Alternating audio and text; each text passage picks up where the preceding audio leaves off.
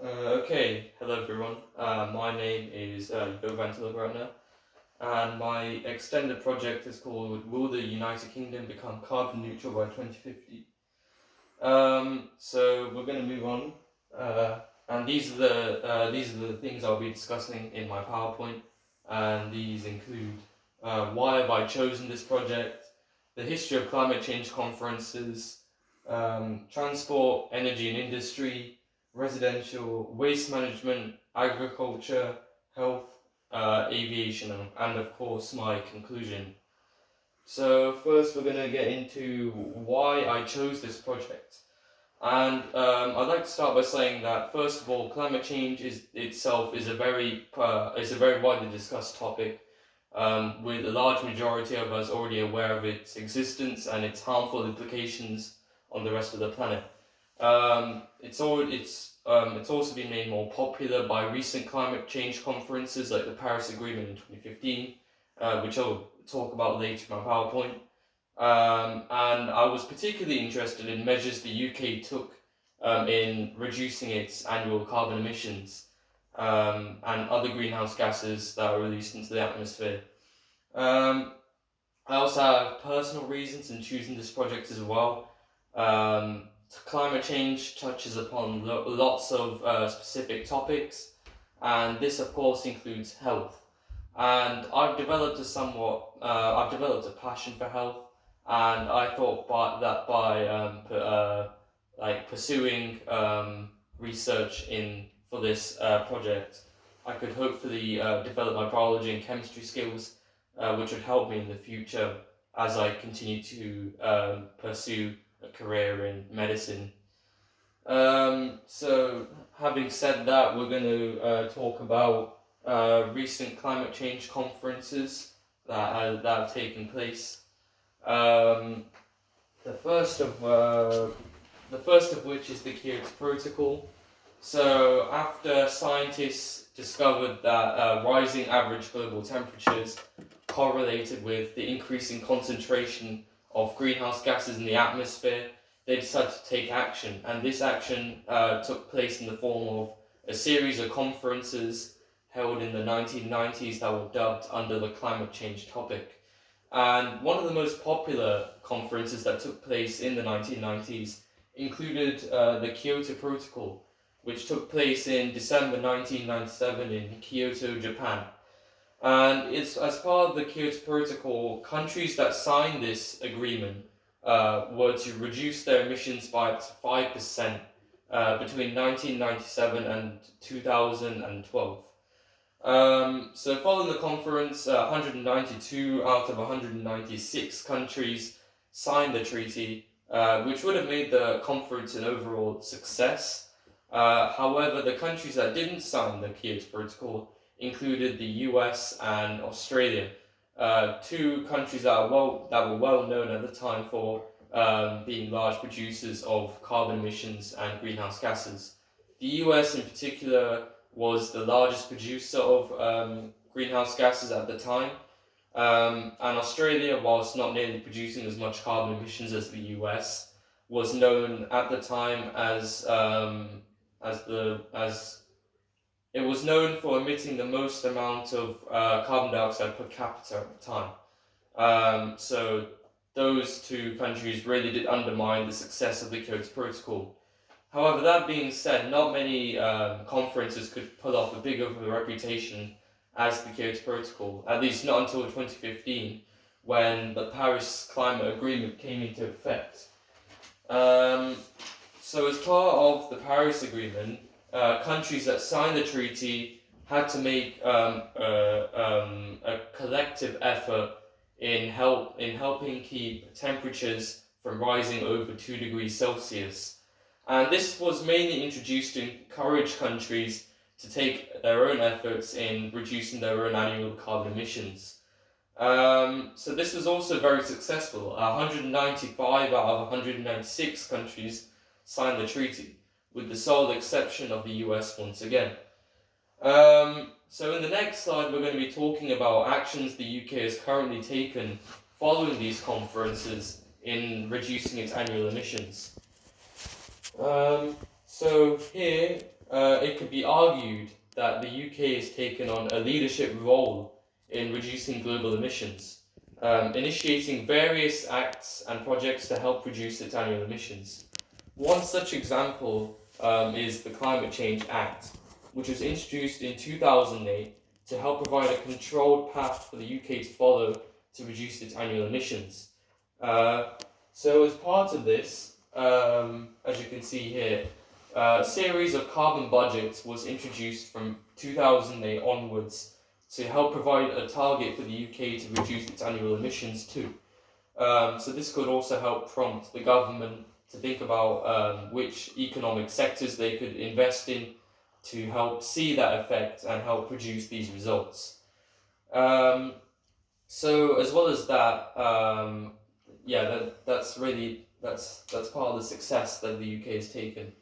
However, despite this, the UK still has several economic sectors that emit large amounts of pollution and greenhouse gases, and these sectors include the transport sector, the energy and industry sector, the agriculture sector, the aviation sector, the waste management sector, and the residential sector. So I'll be talking about each sector as we continue the PowerPoint. So first, we're going to be talking about the transport sector. So out of all 6 most polluting economic sectors, the transport sector has gained the title of being the UK's worst economic sector in terms of polluting and carbon emissions. So as you saw there, annual emissions in the transport sector reduced by only 2% between 1990 and 2016. As well as that, between 2015 and 2016, these emissions increased by 2%, which is absolutely devastating. In comparison, the energy and industry sector, which was once known as the UK's worst economic polluting sector, saw its annual emissions reduced by about 57% in the same span of time. That being said, though, the transport sector may soon see a change, with more people developing an interest in owning an electric and a hybrid car. So in 2017, 37.7 million vehicles were registered in the UK for the first time. So out of this number, 53,000 ULEVs, or ultra-low emission vehicles, were registered in the first time, counting as only 1.7% of the total number.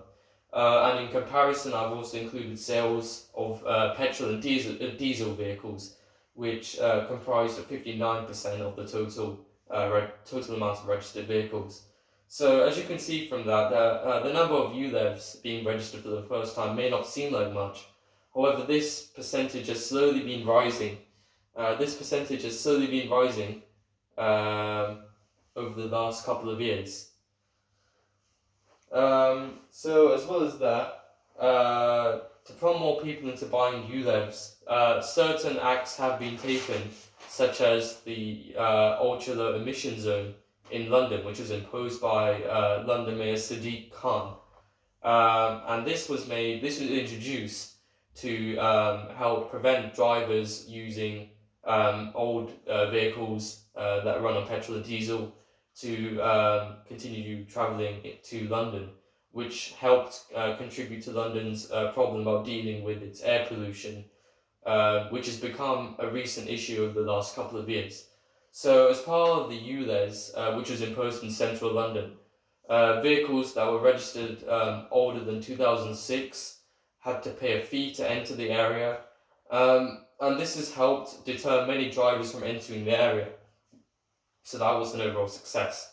However, with the increasing number of ULEVs being bought by people, there's now an issue about constructing electric chargers to cope with the demand.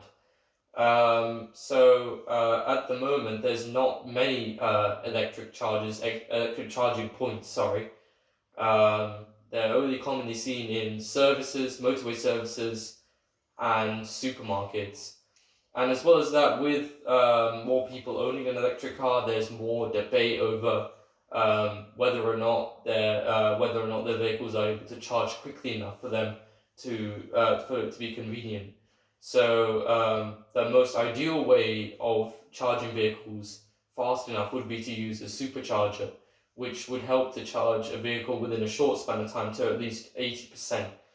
However, in the UK, there are very minimal superchargers that are available to the public, with only a handful of them being seen in parking lots of supermarkets in particular. And these supermarkets in particular have very high demand, so most people go to these supermarkets as opposed to other supermarkets, which doesn't see as many visitors. So that's the transport sector done. So we'll move on to the energy and industry sector. So as mentioned before in my presentation, the energy and industry sector saw a massive change in its annual emissions, which reduced by 57% between 1990 and 2016. The change that has mainly contributed towards this would be the UK's decline in dependency of coal in particular. So coal, as we all know, is a fossil fuel, which when burnt releases greenhouse gases into the atmosphere. Because of this, the government has realised this and have made changes so that the UK is becoming less reliant on coal. So thanks to this, the UK saw a 52% reduction in coal usage in 2016, which helped coal dependency reach levels not seen previously since 1890, which was after the Industrial Revolution.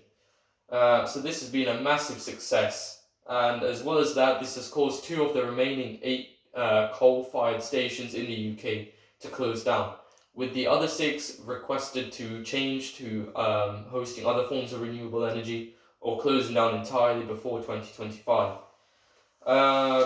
However, with coal dependency gradually declining, the UK has looked into harnessing gas as its new source of energy. However, this could also have bad implications as well. As put by Dr. Andrew Crossland, the scientist, he puts it that converting from using coal to using natural gas is like changing from a bank robber to a shoplifter.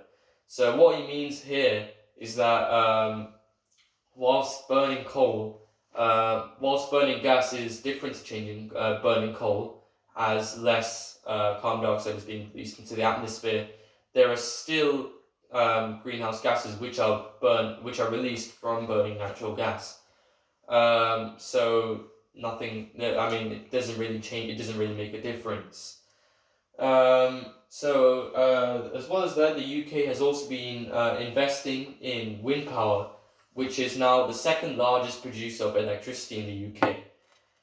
Both the government and a number of companies have drawn out a series of plans to construct various sets of wind farms along the coastline of the UK and even in waters surrounding the UK, such as the Irish Sea and the North Sea.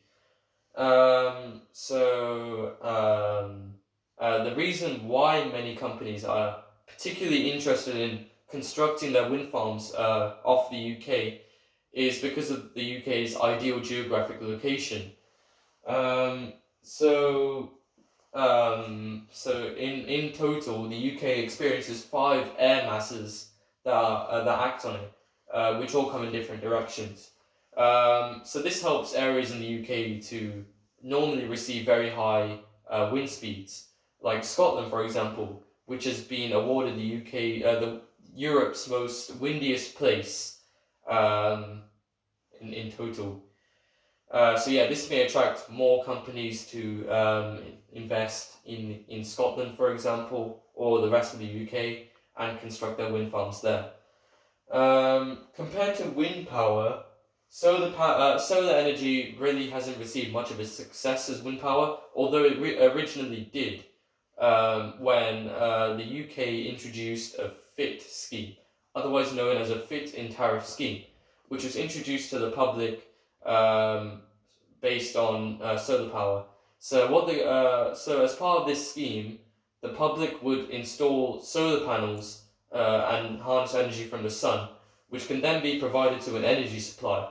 And in return, these energy suppliers would pay these homeowners with money, which has helped attract millions of people to install their own solar panels. However, recently the UK government has scrapped this scheme, which has led to a 90% drop in total solar panel installations in the UK. Solar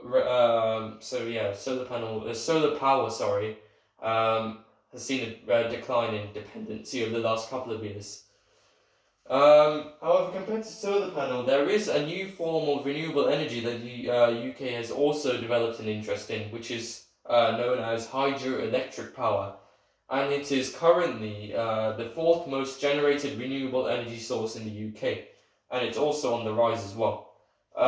So compared to other forms of renewable energy, hydroelectric power acts on various scales. So these can take place depending on what this. You can harness your own hydroelectric power if you're a member of public or if you're an official government associate. So as I've said, hydroelectric power acts on different scales. So there's a specific group of Pico and hydropower are a specific form of hydropower which generates electricity less than 5 megawatts, and this takes place locally and within the community. So what would normally happen as part of micro hydropower projects is that a homeowner or community members may set up a certain number of turbines in a local body of water, so like rivers and lakes located nearby. And as water continues to move along continues to move along rivers, the energy within the water is then transferred to these turbines, which then generates electricity, enough to supply a certain number of households. As well as that, we have mega hydropower projects, which produce over 5 megawatts of electricity. And this is also branched down to various different hydropower projects. One such example is pumped storage hydropower projects, which produces over 5 megawatts of electricity, as I've said.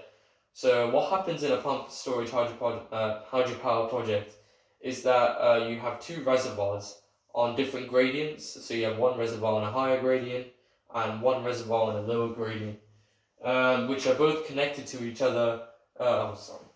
Which are both connected to each other by a tunnel.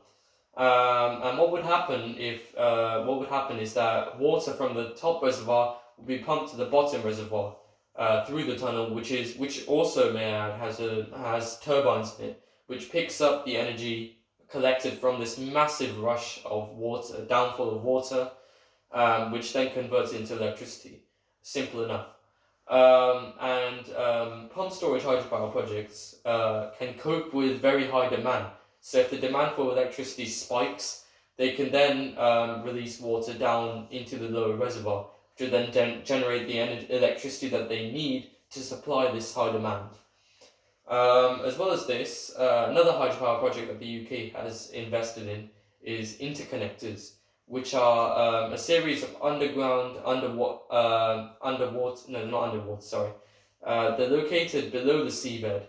There are a set of tubes which connect the UK to neighbouring countries such as Norway, Denmark, France, Belgium and Ireland, for example, and they draw out electricity from these countries, which can then be diverted to the UK to supply homes in the UK. As I've said, the UK has drawn out interconnectors which connect to countries like Norway, Denmark, Belgium and France, Ireland, which I forgot to add. However, this can be a bit of a problem actually, because this shows that the UK really isn't taking their own measures, as many measures as they possibly can, in making their own efforts in promoting renewable energy and making it more influential in the UK's energy mix. So that's the main concern about interconnectors. However, the UK still has various hydropower projects right now, and in the works as well. One such example is the Swansea Bay Tidal Lagoon project, and it's said to be the largest project in the world in terms of its scale and content. So that's the energy and industry sector done and dealt with. So we'll be moving on to the residential sector. So as part of the residential sector, the main reason why it produces so many annual emissions is down to heat that is provided to the public, and this heat is normally harvested from burning fossil fuels, etc., which then release greenhouse gases into the atmosphere. So I've researched a couple of strategies that the UK could implement to make heat extraction and the supply of heat more greener and more environmentally friendly. So a large-scale project of supplying heat to households would be district heating, where a series of households are connected to one central boiler, which is large enough to accommodate various fuels which are then burnt. And these fuels could include coal, natural gas, biofuel, and when burnt they produce the heat which can then be supplied to each connected household. You may think that by having a gas boiler connected to all these households still doesn't make much of a difference because each household has their own gas boiler. However, it's all about a matter of carbon footprints, because all these emissions are shared between several households, which then cuts the overall carbon emissions produced from district heating.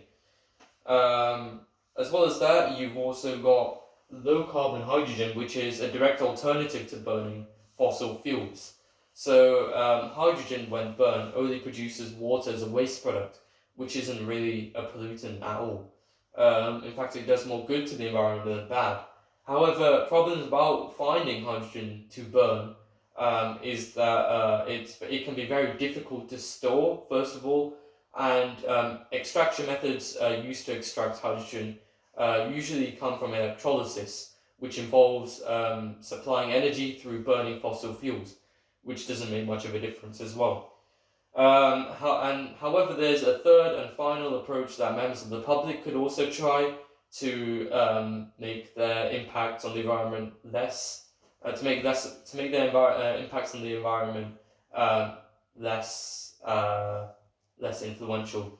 And this is heat pumps, and it shares quite a few things with gas boilers in the sense that it's connected. It's installed on the ground of the property, in the ground surrounding the property.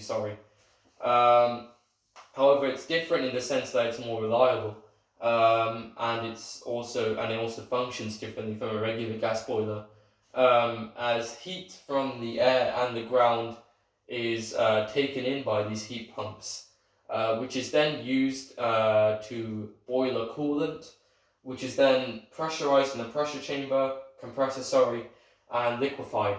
And then this radiates heat to the heating water, which then evaporates into steam, and then is transferred to the rest of the household, supplying heating. As well as that, as I've said earlier, it's more reliable than gas boilers, as it can still function in the most extreme temperatures, as the air and the ground still retain a certain degree of heat in the most extreme temperatures. As well as that, there are a few issues that are associated with heat pumps, with the first being that it's a very high upfront cost. However, this is made up by the fact that heat pumps don't really need to have as many maintenance checks as gas boilers, as it has very few functioning parts as part of it. So that's the residential sector done, and we'll be moving on to waste management. So waste management, in 2016, the UK produced 213 million metric tons of waste. You probably think that most of this waste was sent to landfill. However, barely 20% of it was in fact sent to landfill. Most of it, in fact, was sent over to recycling centres, as more people, as more people have been made aware of the benefits that recycling would have on managing waste. Despite this, 20% is still a large number of the total waste, and most of this isn't even being sent to landfill sites, because as more potential landfill sites in the UK are diminishing, and with current landfill sites overflowing with rubbish, the UK has found itself exporting waste to various sets of countries, like China, Malaysia, and Poland. After China in particular enforced an embargo on waste being imported into China, the UK had to divert most of its waste already being sent to China to other countries like Malaysia, which has undermined their own efforts in reducing their own form of greenhouse gases and annual carbon emissions. And as well as this, apart from this, various companies like the NHS have made their own response in dealing with waste management, and this includes setting up a waste hierarchy system, as you can see on the diagram here. So they associate methods of dealing with their own waste in a form of favourability and their effects on the environment. So the first step that they will take here is prevention. So they try to prevent they try to use less material in design and manufacture, and the last thing that they will do is disposal, as you can see at the bottom there, which they send waste to landfill. So this method of dealing with waste looks to be very ideal and could be implemented with most businesses in the UK to see favourable results. However, even with waste being sent to recycling centres, there is still waste that cannot be recycled, whether or not it's still sent to recycling centres. And this form of waste is known as residual waste, so waste that cannot be recycled. And currently there's been very limited developments in trying to deal with residual waste. However, a company known as Ørsted, famously known for constructing offshore wind farms around the UK and other European countries, have made their own approach to deal with residual waste. And this is called Renescience. So as part of Renescience, residual waste from households are sent to a bioreactor containing digestive enzymes which digest the residual waste into recyclable material and biogas, which can then be used to supply public transport potentially, and the recyclable waste can then be sent to recycling centres to be recycled. So yes, it's a win-win situation. So that's current developments in the waste management sector, and we'll now be moving on to the agriculture sector.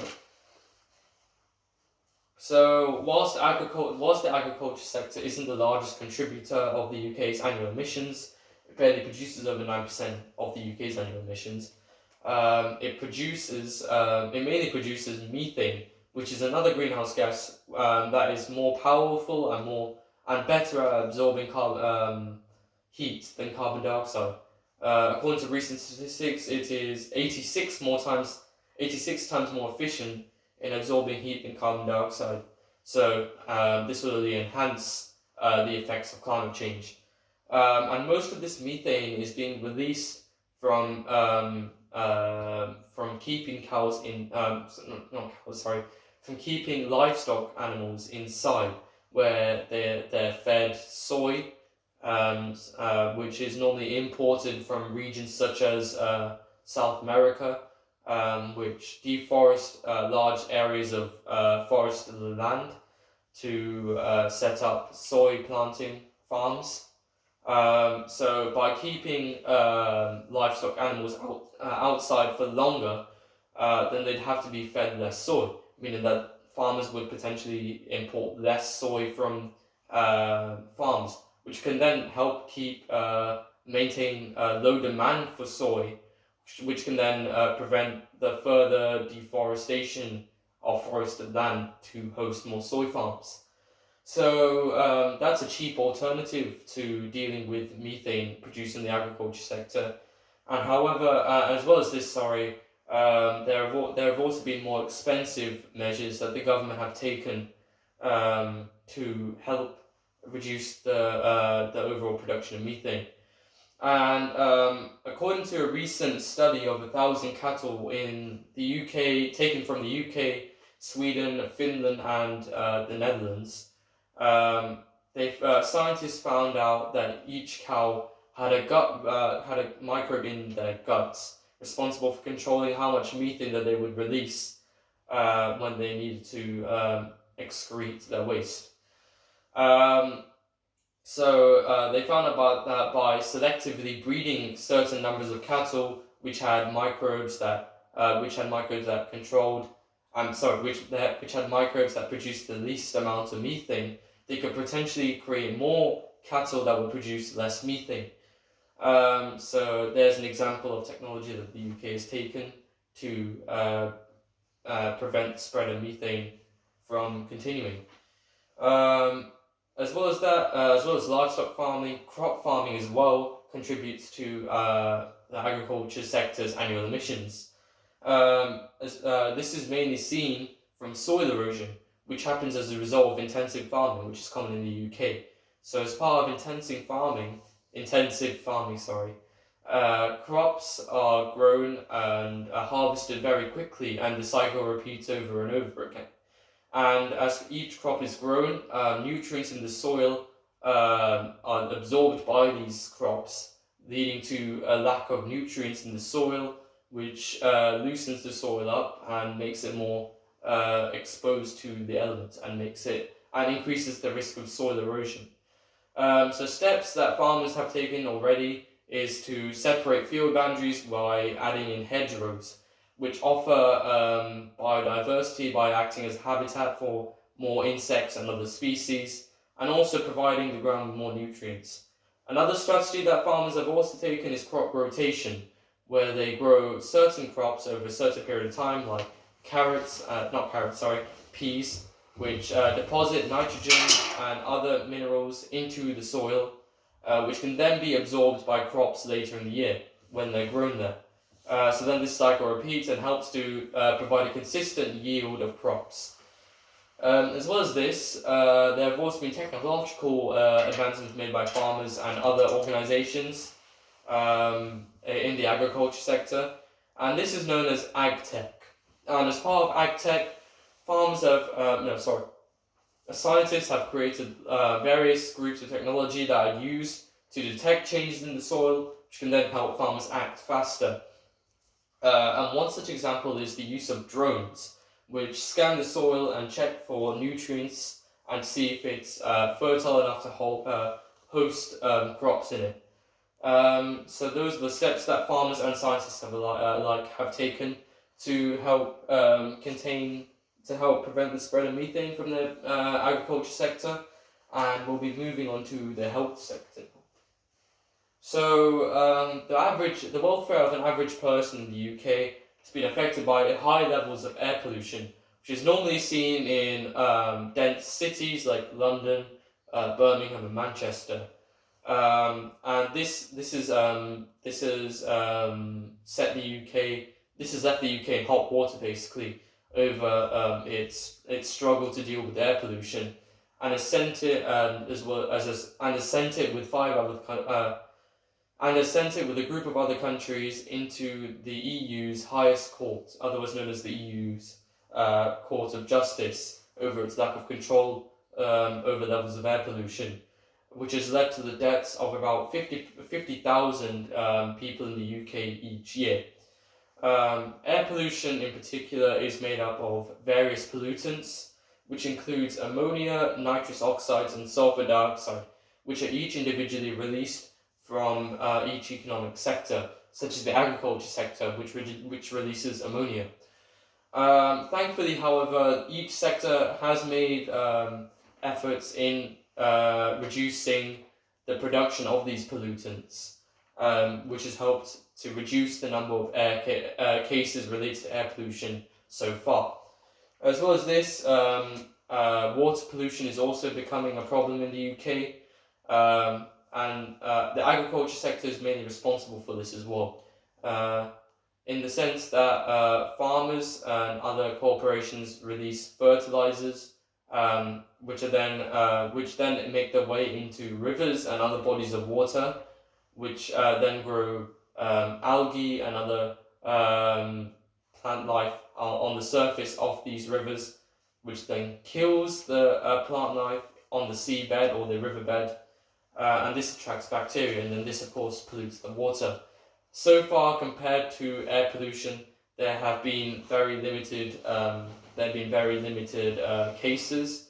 I'm sorry, not cases. There have been very limited efforts in dealing with water pollution. As well as this, industrial waste as well has become a problem, as pollutants from industries are also contributing to certain groups of pollution, like air pollution. So that's the health sector dealt with, and we'll be moving on to the aviation sector.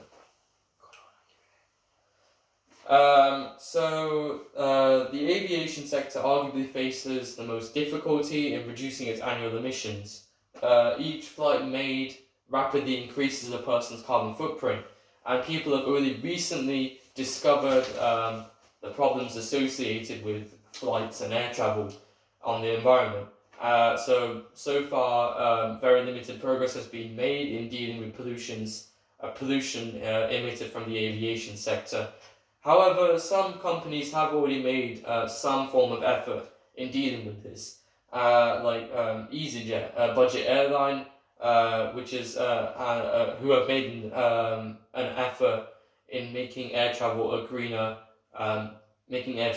Sorry. They plan on offsetting emissions generated with each flight made through planting trees, which is a sustainable method of dealing with the crisis. As well as this, the government have also been involved in the matter by offering a technique known as direct air capture, or DAC. So as part of this plan, polluted air in the atmosphere is extracted and taken to a filter, in which the carbon dioxide component of the air is separated from the rest of the air using a liquid solvent. The separated carbon dioxide is then taken somewhere, usually underground, to be stored, and this gradually reduces the content of carbon dioxide in the atmosphere. As well as this, certain manufacturers have also tried to produce hydrogen-powered aircraft. These are very limited in number right now, but they're making light aircraft that are powered with hydrogen, and are soon going to make the step to producing large capacity aircraft that run on hydrogen. So yes, so even though aviation has made limited progress in dealing with its annual emissions, as you can see, many people and organisations have already jumped onto the matter to deal with the situation. So that's all well and good. So now we'll be moving on to the conclusion.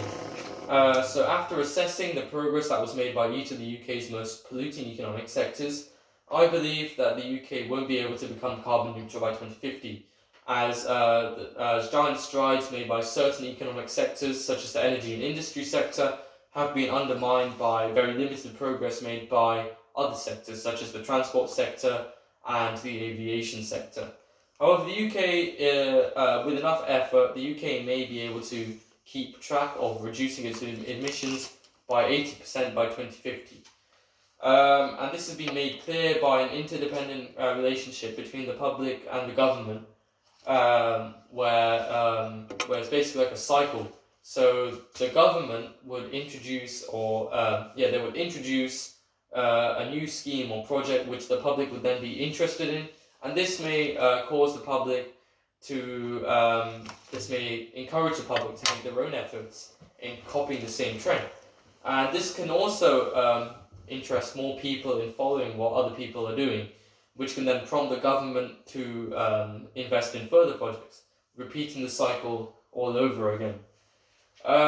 So to ensure that the UK will become a carbon neutral economy by 2050, it must place further investment in projects such as the carbon capture and storage project and direct air capture, which would help CO2 emissions reduce significantly. So I haven't explained carbon capture and storage, so I'll explain that to you right now. So as part of carbon capture and storage, emissions and pollutants released from industries are transported to a storage unit where they are kept before being pumped under the seabed nearby. And they're to be kept there as storage. So this also helps minimize the impacts made by the energy and industry sector. So that's my conclusion done, and we'll be moving on to the evaluation. So after completing my project, I believe that I have managed to meet all my objectives set when I first started my project. After researching and gathering information from my literature review and my discussion, I have realized that reducing